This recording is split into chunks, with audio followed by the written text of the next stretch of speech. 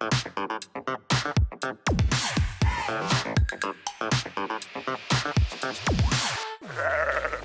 welcome to the randInt podcast with Raffy and Chandra. Today we're joined by Michelle, or Echolily, who is an anesthetist and a musician.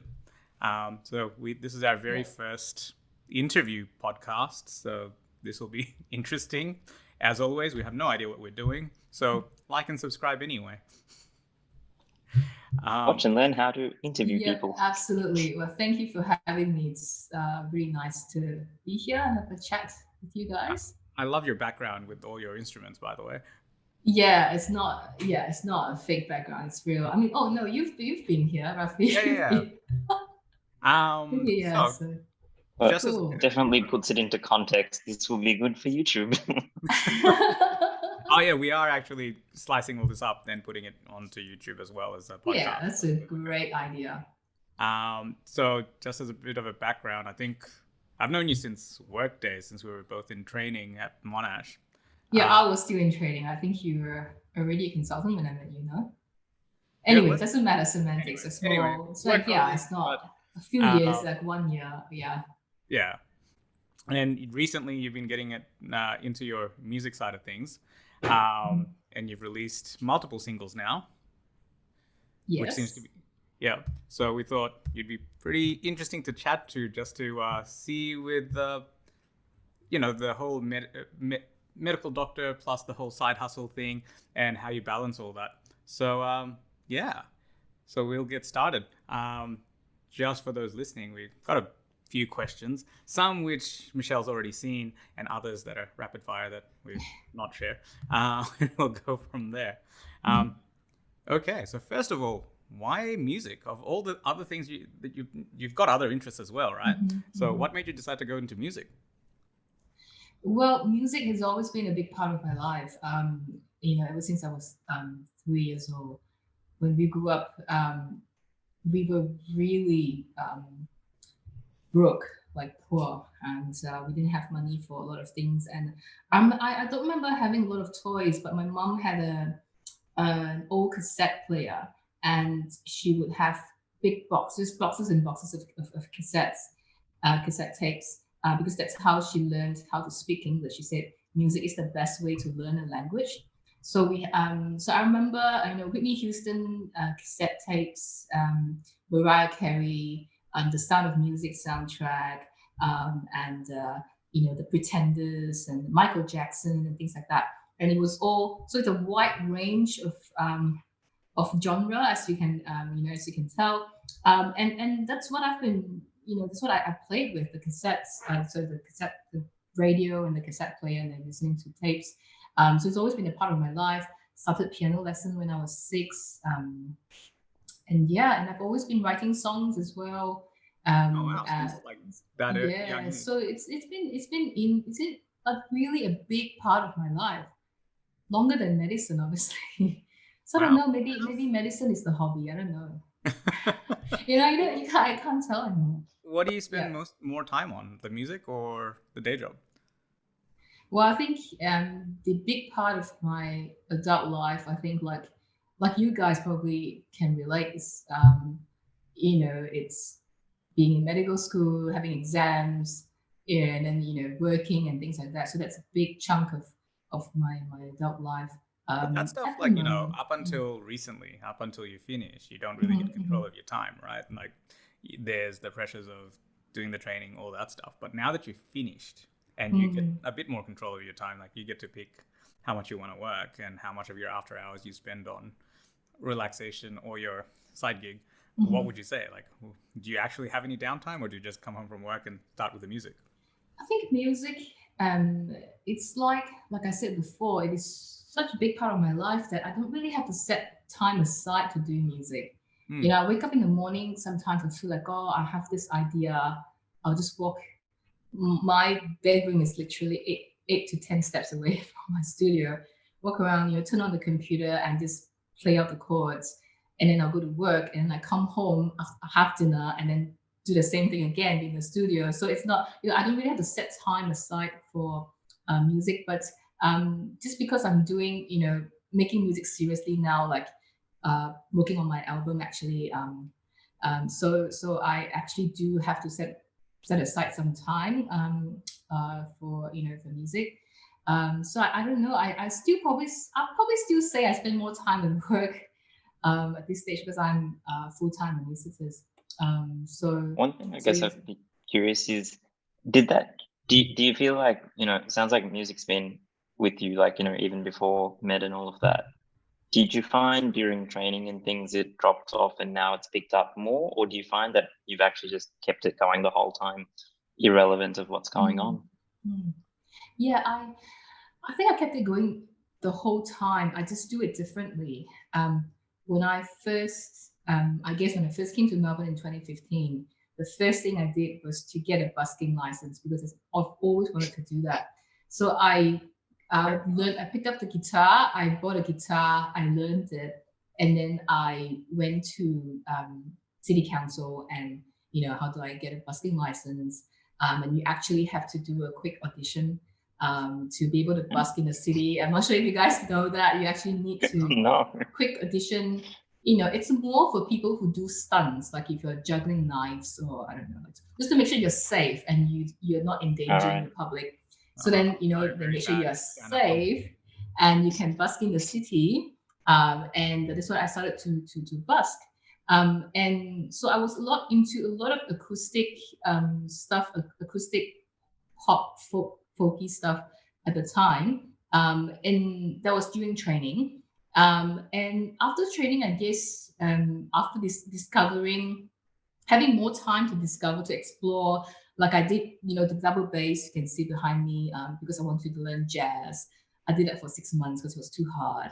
And I discovered keyboards and synthesizers. That's where it got really serious because sound design and I just got so much into the whole sound design world where there are a lot of physics involved with sound waves and frequencies and things like that. So that's how it started, the whole rabbit hole of synthesizers and sound design.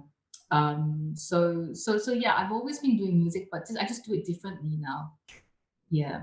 Have you found that it's like your relationship to it? So it sounds like it's always been part of it. It's always been that other thing that you did that you enjoyed. But now that you're doing it professionally, for a bit, lack of a better word, has it changed? Like, do you find it's less enjoyable, more enjoyable? If nothing's different, or how is it? I was just having this chat with my best friend just now, like before this interview. It's just such a coincidence. The same question she asked me. Um, I think the only thing that's changed is that because I'm putting my music out there now, like properly sort of out there. So a lot of people have been listening to it, which is a good thing. And sometimes I do get feedbacks, whether some invited and some uninvited. Like they just drop me a message, and some people that I look up to a lot as musicians would give me some feedback, and I take them very seriously now. I think that's changed. I take feedback from people that I admire more seriously now because it's something that they know a lot more than me.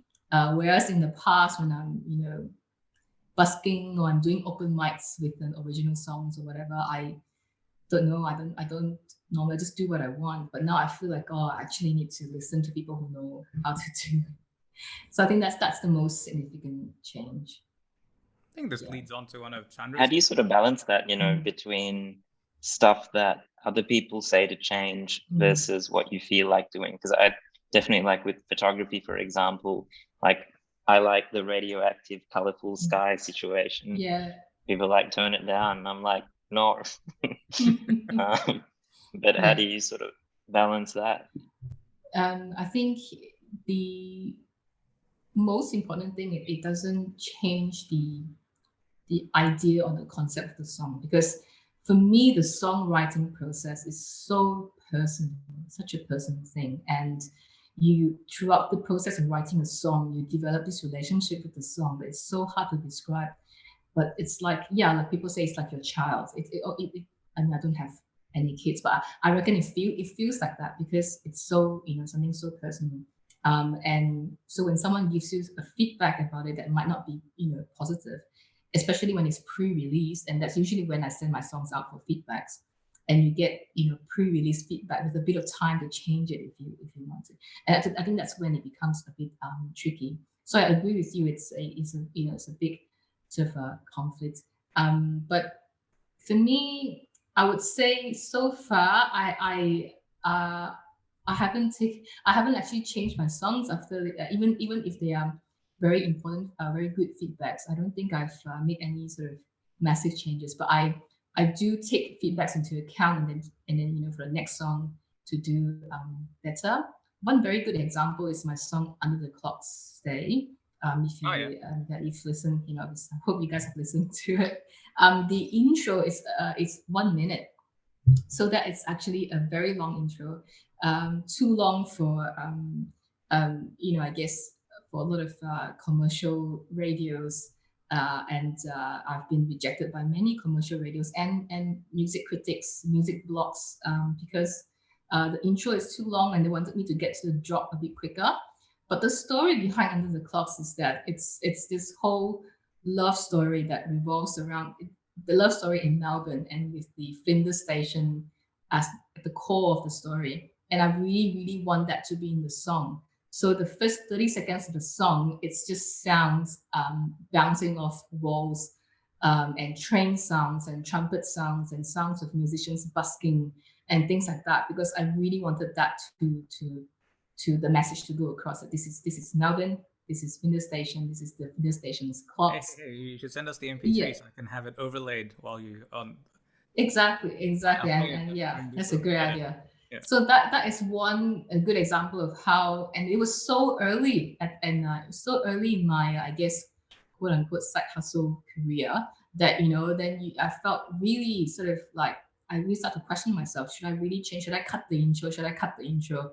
I kept the intro. So if you listen to it on Spotify, Apple, whatever platform that you prefer, I haven't. The intro is still a minute long. It's Would you important do to a me that radio the edit? intro stays that way. Are you going to do Nice. a radio edit of it to shorten out, make it more commercial friendly? Um, That's what a lot of people do, right? yeah, a lot of people do that. Yes. So we I did do a radio edit for some of the radio stations that have accepted my songs. Actually, like SBS has accepted the song, but they wanted me to cut Congrats. 30 seconds. Thank you. 30 seconds of it. So I did that. Flow FM and a lot of other sort of community radios. Yeah. So I mean, if it's on the request of the radio stations to cut the intro, for a variety of reasons, I'll do it. But yeah, actually cutting the song just because people might not like long intros, then I probably won't do Yeah, it. fair enough. Yeah. So in terms of now that you're starting to get feedback and putting it out there, so it's a lot more public facing rather than just being you and your song. Like if you're going to describe it as your child, it's like everyone else giving you opinions on your child. Has that changed what success looks like for your project? What do you mean, please? Like as in, obviously you're doing this as a side hustle, but there's always this idea of what success in that project, whatever it is, looks like. Like for example, our podcast. Like I'm like, hey, if we get to 100 regular viewers, I'd call that a win. So that's our little random internal benchmark, if you like. Do you have a measure of what success in the project looks like, and has it changed because you're starting to get feedback and things are changing? Yeah, it's really when I first started doing it, it's more for, and I'm sure you guys understand, it's just more for it's like it's for passion, and like I don't really, yeah, it's more for expressing than impressing. So it's kind of like that. But yeah, you've mentioned that now that it's getting a little bit more serious. I have what I do is I have some short-term goals and long-term goals, and I just sort of go with the flow, in a way. Like for example, my short-term goals is always to um, release a song, finish a song and release it, and then hoping that you will get some attention. And long-term goals is like I hope that one day will be, my songs will be charted. Like it's very hard for independent musicians to get songs charted. Like I'm finding it out now that hopefully one day it will be on charts, the Australian music sort of ARIA charts or whatever. But what's that? And then we'll hear it on the radio. Yeah, I mean, you can hear it on the radio now. But it's just, like actually being, achieved. Like I just want to see how far I can go. Like I don't really have I'm not sort of in any hurry or desperate for any sort of that kind of achievement. But I actually do want to see how far I can go. And of course, my aim in life is always to go as far as I can in everything I do. So yeah, so we'll see. I like your sort of short-term goal of just getting it done as a goal, because it's something like completely in your control. Like for us as well, one of the goals was just with this podcast, get through the first, I think 4 podcast was when most drop off or something. So like, let's just get through 4. No, it was 8. So no one has to even listen to it. 8. Beyond the mean. Okay. Yeah. But yeah, we just want to get a certain number done. But, yeah, the longer term goals are tricky. Are you sort of, with it, is it something that you're looking to actually to deliberately try to work towards that goal? Or are you just going to keep it as you're having fun, and if it gets there sort of thing? Yeah, look, the having fun bit is easy. I'm always having fun when I'm doing music, so that's easy to achieve. But am I always going to? Yeah, I think this is my 3rd single, which by the way will drop tonight, 12 midnight, Spotify. Yeah. New song, Higher. I guess Raffy has heard it. You played it. Yeah, I played it. But tonight, so 12 midnight. So very excited about that as well. It's my 3rd song now. With every song, I do a bit more research, and I learn a bit more about how to market my song. And as like I said, as an independent musician, it's options are out there, but it takes a lot of work and a lot of time, more than if you're signed with the label. I don't know. I'm not sure, because I'm not signed, but I reckon it's easier for them because they will have a team to do those sort of things for them. But it's a big process, and it's very challenging. I didn't realize you're releasing today. Otherwise, I would have linked it to the newsletter. Oh, that's fine. Not that it has a huge following, but anyway. Oh no, you can still it'll be on the YouTube links. Yeah, I can still give a shout out. There'll be buttons to click here. Yeah. So with every like, for example, for this single onwards, I've decided to affiliate my music release for each song with a charity organization of choice. Higher, which is my new song, Higher, which drops 12 midnight on Spotify and all streaming platforms. And I've partnered up with K Australia, specifically on their COVID-19 crisis appeal funds for India. So about 6 weeks ago, I started the pre-save campaign. So basically asking friends and my followers to pre-save my song. What pre-save does is basically when you click on pre-save, the song will be automatically in your Spotify on the day of release, which is 12 midnight tonight. And for every 100 pre-saves, $1 will be donated to the funds. And I'm also donating a percentage of the money that I've earned from Under the Clocks and my second single, Blue, to K Australia as well. So I think this is something that I've thought about for a long time. So there's something, I guess, new that I'm doing. And yeah, so for every release following Higher, the same thing will happen. We'll choose the charity organization of my choice, and yeah. Are you gonna let your followers choose which charity? Like, are you gonna do like a little poll and see what people pick? I have actually posted on my social media asking, if there's any charity organizations that people are aware of that are probably not getting as much attention as they should be getting. That's good. So I've had a long list of replies. So I'll look through them. Yeah. All right, so we've blown through the 20-minute mark, so Mhm. we might pivot a bit to some of the pre-existing questions that we were going to get through, Mhm. which is a bit more work versus side hustle related than the specifics. Um, so one of the ones that we kind of often wondered just is that, medicine and being a doctor is seen like a very prestigious job. It's also a passion for a lot of people. Then why do you need something else on the side? Does that make sense? Mm, mm. Hmm. I think, yeah, no, that makes sense. I think I've always seen medicine. Look, I love my job. I'm sure you guys maybe feel the same way. I don't know. I'm not sure, but I love my job, and I'm very grateful that I'm a doctor because, especially where I grew up, in Malaysia and maybe everywhere else as well. It's actually not everyone get to go to medical school. It's a privilege, and I'm very very grateful that I'm a doctor. But to me, it is still a job. Like like it does, like obviously you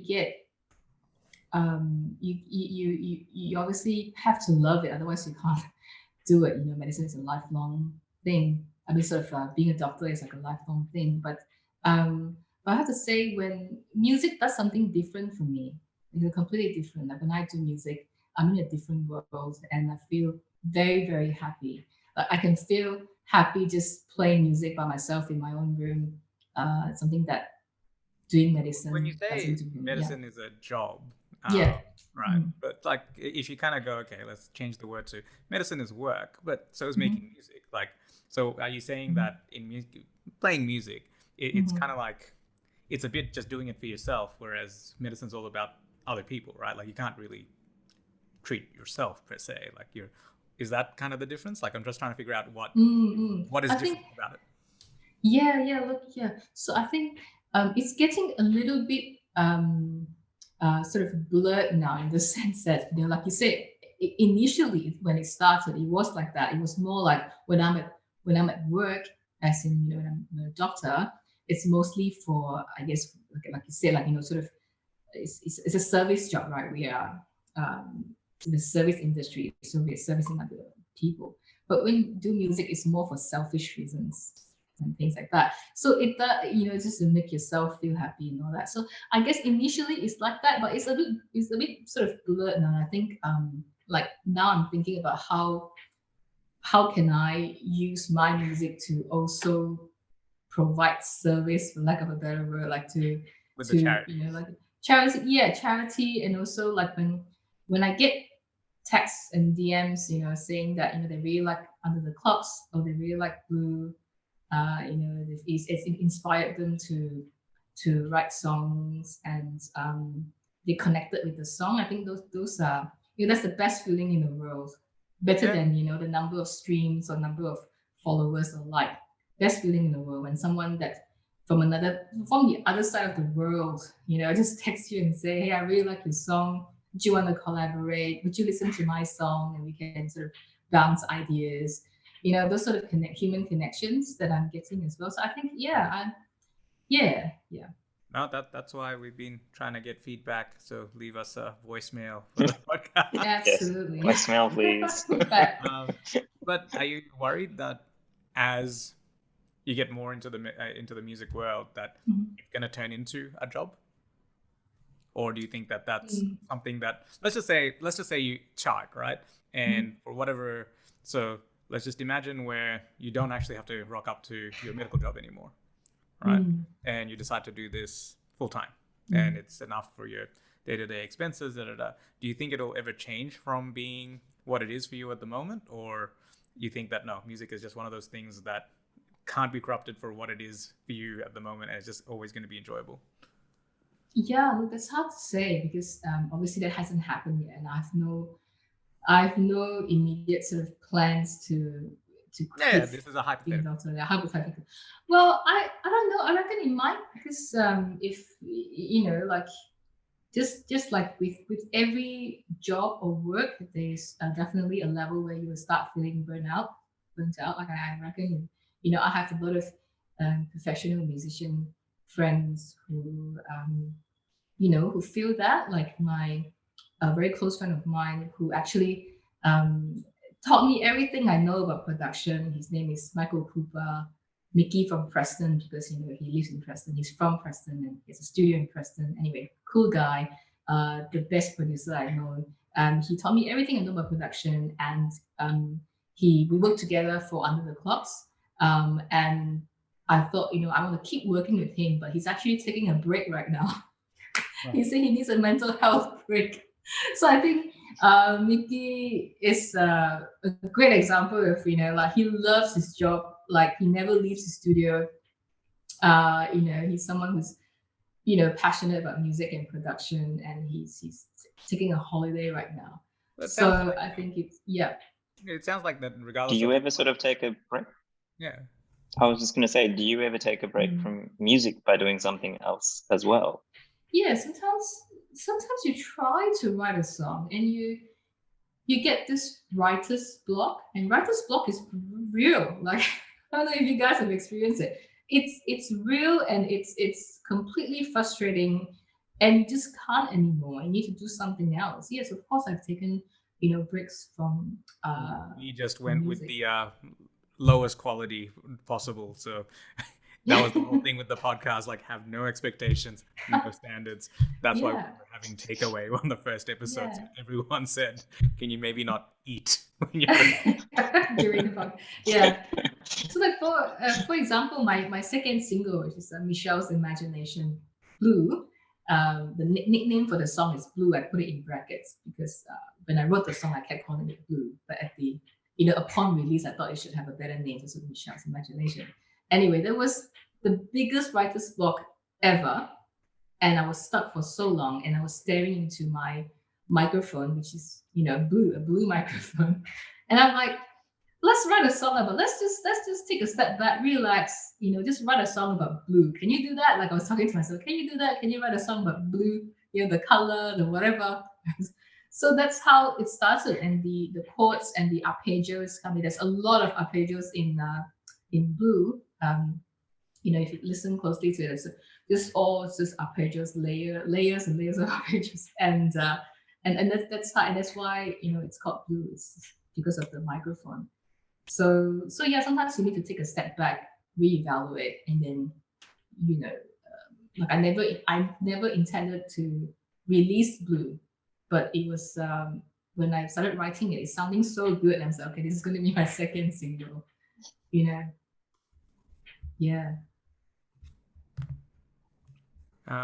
Okay, so just some of the other questions.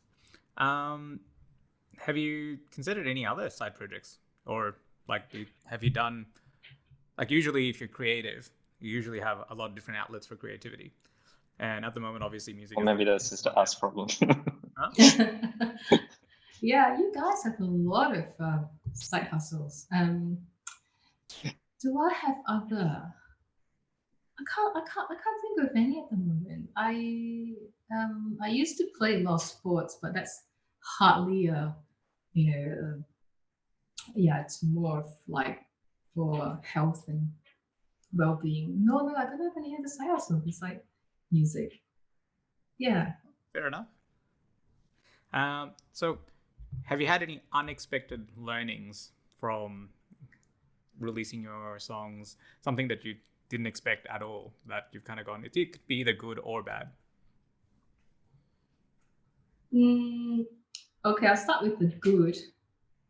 The good is that I have learned that musicians in general, the musician community, whether independent or otherwise, are helpful, help and support each other. And I think that is such a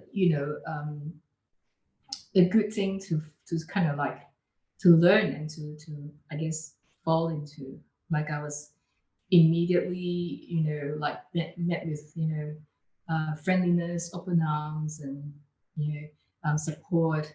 So that's something that I don't know if people who's not in the scene, the music scene or music industry, know about this, but musicians help each other. Would you say It's a good thing. that's different from the medical world? Like, I've never kind of thought, because I was like, oh, I was just at work, like literally 10 minutes before starting Yeah. the podcast, and I bumped into someone who was an old boss from Casey, like one of the other hospitals. Yeah. And like, he literally just spent the entire time just catching up and seeing how everything was going and all that. But have you found it different for your day job? Because I personally would say that the same is true for the medical world, but obviously people have had different experiences. No, I think of course, yeah, the medical world. Like I think a lot of us are where we are today, as doctors because we have received help.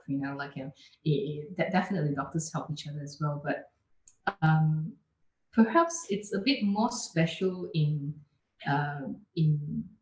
the arts or the music scene because like they don't have to, like they have to help you, being doctor, especially now that we are consultants, like we actually have this obligation to teach and to work together and to help each other, especially when we are in a team crisis situation. It's important for the whole team to work together because we have to prioritize the patient safety, etc., etc.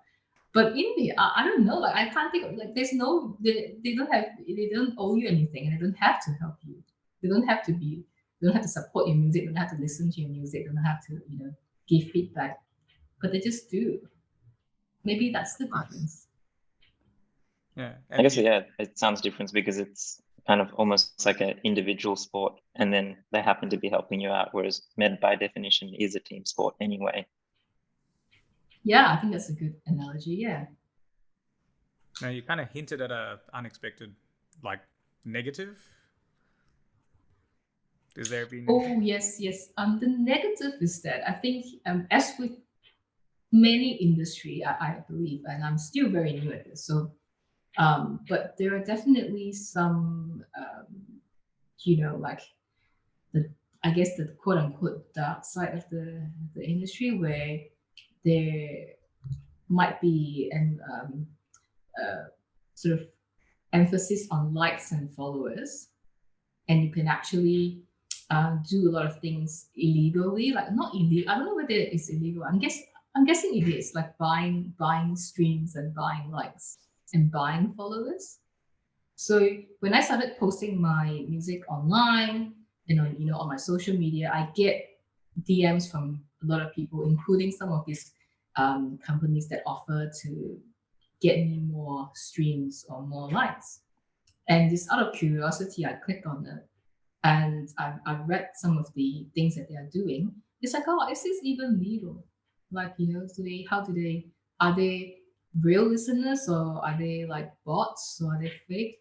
Hey man, like how Russia's doing stuff to elections. I think it's all legal. yeah, it's all illegal. I'm like, okay. I mean, I have to say as well, I can understand why if someone feels like they need a bit more attention and they're just not getting, and marketing is very hard, even if you are, very talented, and there are a lot of very talented musicians out there. The only, like, probably one of the quick way to get attention is that if your song has a lot of listens, then like I'll click on a song that has 1,000 plays compared to a song that has 0 plays, because so I could see why, but I just feel like, first of all, they aren't cheap, they're very expensive. Secondly, like I think Spotify can ban you or something if they suspect suspicious activity or something like that. Well, it's like with all these services, like, there's Silicon Valley ones, kind of like, not Uber, but I think it was Airtasker or one of the ones where you hire, like, you basically put up something that you want done and someone goes and does it for you. Airtasker or Fiverr, and there's all these different ones. When they first started, even the people who started the company posted up fake jobs so it looked like there was a transaction happening. So, you could argue that most companies do that, where they actually do a bit of supply demand. They generate their own little. They're just starting to turn the wheel to get it spinning. Yeah. Like, yeah. look, that's why I'm saying, like, I understand it to a point where, you just need to get the ball rolling and then to attract, more followers. So it's highly debatable, I think. Like a lot of people that have asked, like this is something that will split the room. Like people will think, oh, like Oh, where do you sit on it? I haven't done that. Only So you're because it's a lot of money. It's like I'll pay. I don't know. I like to My mom told me something. My mom is this great businesswoman. Like she's mom is like my superhero. Anyway, that's another story. But she tells me that you never pay someone or only pay someone who works harder than you, harder or as hard as you.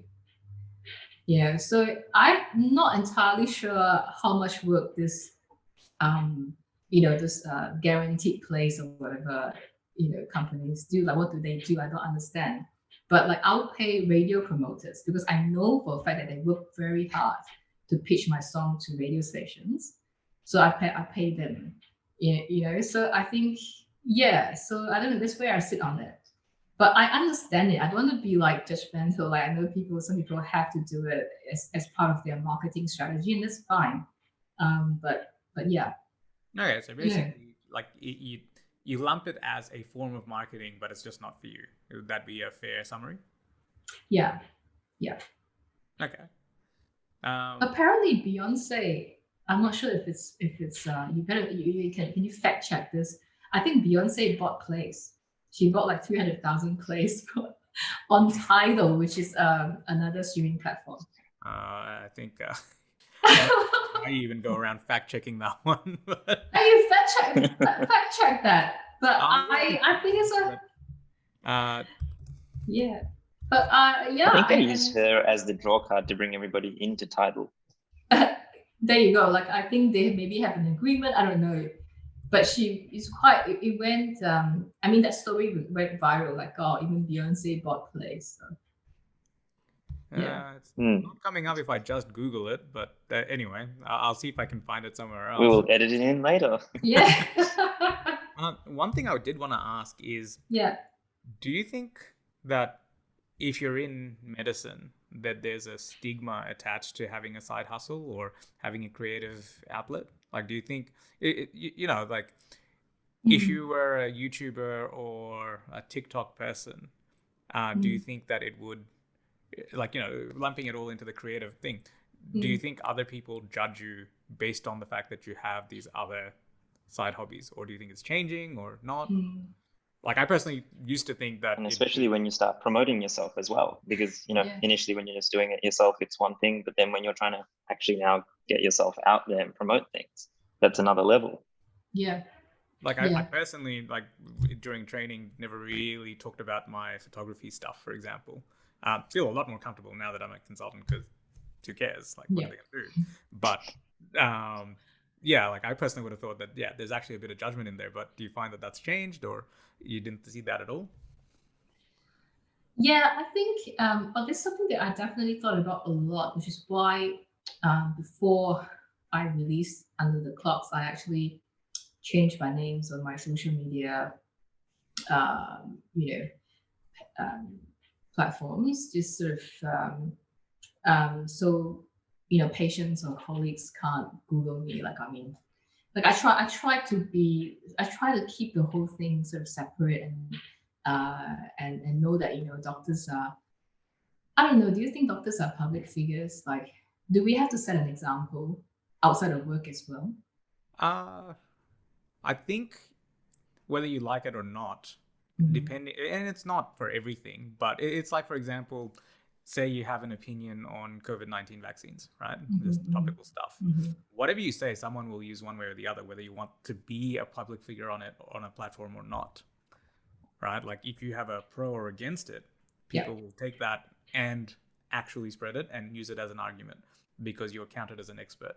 So I think for medical things, definitely, but for the side hustle stuff, I'm not sure. In the past, I would have said, if you're doing other stuff, maybe we've got I'm not sure if you know him, Viom, who's a magician. and he's a GP as well, and he's also got a radio show, and he does media things, etc. But there's some people who are like, oh, he doesn't really want to be a doctor. I'm like, I think he does. That's why he's doing it. But he's also got these other passions that he's trying to combine into, like his radio show is called Radiotherapy, so it's got a bit of a medical bent to it. So, and then you also look at people like, was it the ABC guy, Norman Swan, who talks about the medical and science-ish things, and you go, they bring a unique perspective, and there's obviously other people who've gone completely the other way, and like, George Miller, who made Mad Max, he's an ED physician. That's why all the chase sequences in Mad Max is so turbulent, because he's so much trauma that in movies. And then you've got Michael Burry, who's a physician, but he's also like one of the best investors out there, because he kind of has this really methodical way, which is kind of what med teaches you. So they've taken the principles and they've kind of run with it, but they've kind of also left the field, if you like. Whereas that seems to be like, most people are like, oh yeah, that's fine. Like, I don't think anyone's ever criticized them. But whereas I think when you try to hold both, or, it's like Dr. Oz, I'm pretty sure people judge because he's a media personality more than he's a doctor. But where does that lie? There might be many reasons for that judgment. No, I think if you're doing if you're using your position as a doctor to and to be on social media or whatever, or mass media in general, to give medical related advice, I think that's probably something sort of a lot more to, I guess, to talk about, or to question or whatever. But for me, I see it as two very, very separate things. Like I don't I don't put a DR in front of my name. I don't go by Dr. Echolily and go around telling people that I'm Dr. so and so doing music, and I have when I'm Echolily, I'm Echolily. I see it as very sort of separate things, and I always try my best to not sort of lump them both together. And as you all know, there are a lot of rules and regulation for social media for doctors in the hospitals that you work at, like that I work at, like what we are allowed to post and what we are not allowed to post, and patient confidentiality and things like that. So yeah, it is very tricky. But I think as long as every time I post something, I'll be thinking, okay, if my boss sees this, or if the hospital sees this, is it going to be any sort of something, I guess, what you call conflict of interest or whatever? Like, is it going to be That does worry you. against ethics? It worries me if I'm like posting a picture of me holding up a sign saying that I am I don't believe in climate change or something, which I do. Yeah. I do, by the way. It's like something like I'm super I think we found green. the soundbite for the episode. I am super green, by the way. Okay, put that in your podcast. I'm super we're gonna green. edit that out. I'm just saying when it is something. Sending it to SBS. So, when it's something that is so controversial, like for me, like music is hardly controversial. So I'm not like, if I just think about something else though. Do you think posting pictures of ourselves on a holiday? Oh, this all Is just that, what do you think? It's getting harder and harder to tell what's okay, what's not, because there was one time I just took down all my pictures that are shows that I'm on a holiday, like especially if I'm in my bathing suit on the beach. Yeah, it used to be. I've done that too. I used to not think twice, and it's like, of course I'm in my bathing suit. I'm at the beach. But then I thought about it. Oh, but what if my boss sees this? Like, I always ask myself, is my mom gonna see this? Is my boss gonna see this? Is this gonna matter? Like, then I took all of them, most of them, like, sort of down. So like I haven't decided. Can't say I've ever had that problem. I'm. I mean, my Mantini is. I think most people would tell me to take it down. No, I mean, so it's a bit of a fine line. But I guess to answer your questions, like I do take it into account, and I do worry. Like I sometimes have radio station interviews that are scheduled on my work days. Then I really have to reschedule the radio interview, the sort of thing. So it's getting a bit I guess more and more sort of time consuming, but A to lot of juggling. juggle a lot of juggling to do. But so far so good. So far so good. Well, congratulations on the project. We've blown past the 40-minute mark now. Oh, So there's a lot of editing work to do, I guess. Chandra, any questions from your side? No, I think it's nice to hear somebody else who's following the passion outside as well. Alrighty, so just a couple of last rapid fire questions, just more Sure. about you, really. Favorite city you've been to? Melbourne. Why?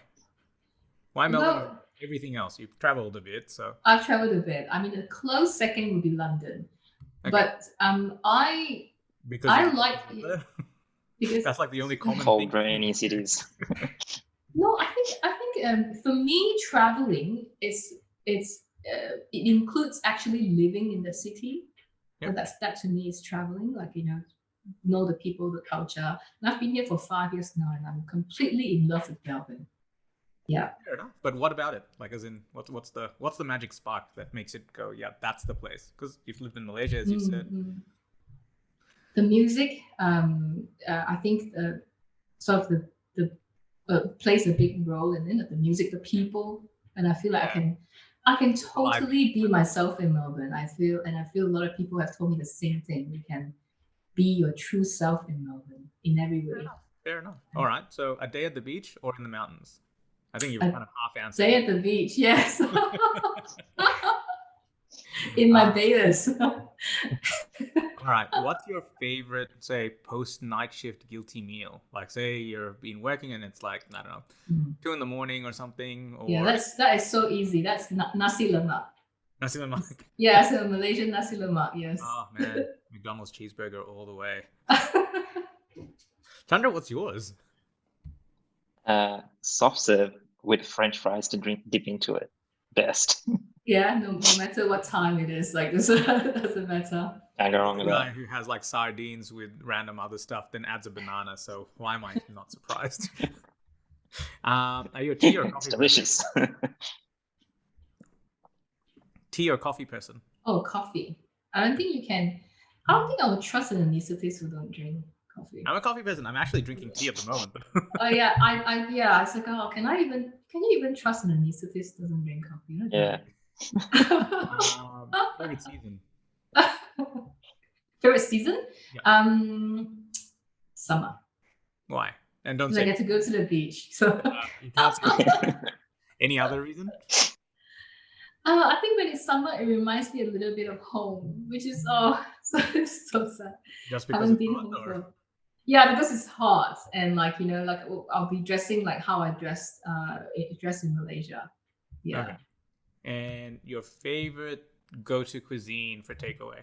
Like, I can tell you how mine's Japanese. It's always like, if there's ever any thingy questions, it's always like, what are the Japanese? Malaysian or Japanese? Yeah. Fair enough. Well, that's it for my rapid fire questions. So, is there anything you wanted to say to our huge audience? Massive. Yeah. Well, to the massive audience, I want to say thank you. 20 regular listeners. Sorry. Thank you for listening. And I really do hope that more people would listen to your podcast, because I think it's super interesting. And that's that's My sounds just disappeared. I think we lost you, Michelle. Oh, there we go. Oh. Yeah, totally just dropped There out. we got you. Oh yeah, it's telling me that my connection is unstable. But so, I'm back now. So should I do that whole bit again, or? We heard something about super interesting, and then your mouth was moving, but none of the sound came. Oh, okay. I'll just do it again. So what do I want to say? So I want to say to your massive audience that I think that even though it's already very massive, that it can be even bigger. I think it's a very interesting podcast, and I think it's so nice to just just hang out with fellow doctors and talk about something that's not medicine really medical related. And yeah, thank you for having me, and I hope that everyone turn on their Spotify and search for Echolily, Echo ECHO, Lily like the flower, Lily, We'll and link it listen on to my everything, and all that stuff. please on the link below, click on it and listen to my songs, especially Higher. Higher means a lot to me. It's a very special song. So What's it I hope about? everyone I listens didn't to it. actually ask you. So Higher is when I started writing it, the concept was a hit rush of 90s nostalgia, because I believe that because of everything that's happening in the world in the last year and a half, a lot of people actually are craving for nostalgia, myself included. We want the old, so everything in the past to come back, because those were the good times. So for me, most of the 90s was just me playing with like I said before, like my mom's cassette player, the radio, and that actually is a big influence in my music taste and I'm my surprised music you haven't held making. up your radio cassette Oh player. yeah, it's in the single cover art, which is shot by you. So yes, the radio is there. And yeah, so it's a hit bunch of 90s nostalgia. As soon as the song starts, you will hear it. All the bass, from everything from the beat, the drum beats, the bass lines, the iconic sort of lead synths, everything is designed down to the tiniest detail to emulate the sound from the 90s. So I'm very, very proud of Higher. And it has a mega choir and as the chorus. So I had to sing each line, like 7 times. So there were 10 lines. So like 70 over times I was singing the same line, just to create this massive choir effect that, Wow. I can't if wait you to hear it remember again from. with like headphones on. Yeah, please hear your left hand. So if you can, Trying to take photos yeah, the other day. tell me if you can identify each of those, each layer, because it's a layer after layer of myself singing in different key, in different pitch, just to make this whole big massive choir effect. That like you have a song named Higher, you gotta have a mega choir, and that's the whole idea behind Nice. Higher. I can't wait. So it's like, well, by the time this episode drops, which will be next Friday, it'll be out for about a week or It'll so. be out for a bit. So yeah. But Cool. anyway, it was. You probably have a link for them to click on by the time, like the Yeah. By the time it comes out, I'll have the links and do Yeah. everything and the Cool. etc. So Get your second spike of listeners. yeah. Yeah. Well, I mean, it's for a good cause, right? Even if they're just checking it out, it's kind of like, hey, if the plays equals more money for charity, then great. I can actually tell how many listeners I get and where they're from. So if I see one from Melbourne, the other one from WA, I know that it's you guys. Yeah. Yeah, I don't think you're just getting one from Melbourne. All right. Well, thanks for joining us. Thanks for having me. Hopefully, Thank you. The single does it really, really well. Thank you. This was fun. Oh, we'll have to do it again. And yeah, we'll have to bring you back after you've become a mega pop star and you don't want to talk to us anymore. Rivaling Sia. Yeah. All right, guys. All right. Have a good night. You too. Bye. Bye.